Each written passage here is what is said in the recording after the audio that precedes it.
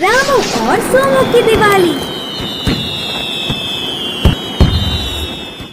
विजयपुर नामक गांव में रामू नाम का लड़का रहता था। बचपन में ही पिताजी के गुजरने के कारण उसकी माँ अपनी मेहनत से उसे पालती थी।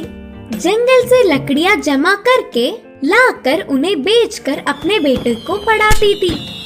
दिवाली के उत्सव पर सारे लोग पटाखों से आतिशबाजी करने पर उसे भी पटाखे दिलाने की हर साल माँ के पास जिद करता था।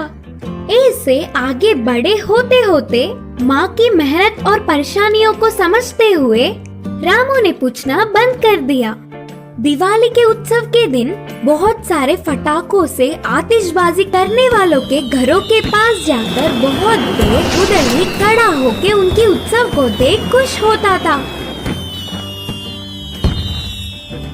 अचानक इस साल विजयपुर में एक बड़ी सी महामारी के आने पर इस बार की दिवाली उत्सव नहीं मनाने का निर्णय गांव के सारे बड़ों ने लिया था।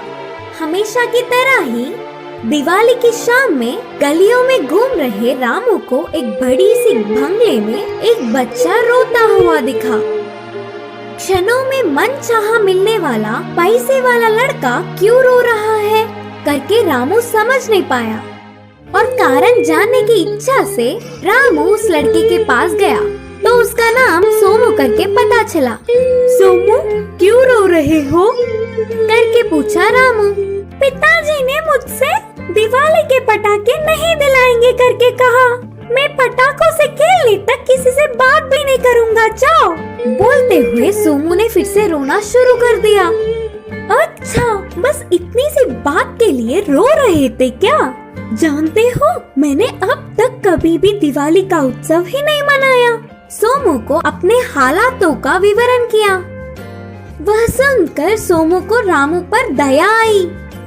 उस गांव में आई हुई महामारी के बारे में और दिवाली उत्सव मनाने पर आने वाले नुकसानों के बारे में रामू ने उसे अच्छे से समझाया। अच्छा, तो मैं अब समझा कि पिताजी मुझे पटाखे क्यों नहीं दिला रहे थे और मेरा गुस्सा भी चला गया। पता है, मेरे दोस्त कोई नहीं। रामू, क्या तुम मुझसे दोस्ती करोगे? रामू के मानने पर सोमू उछल पड़ा। ऐसे ही दोनों बहुत देर गपशप करने लगे। ये सब बहुत दूर से ही देखने वाले सोमू के पिताजी बहुत खुश हुए।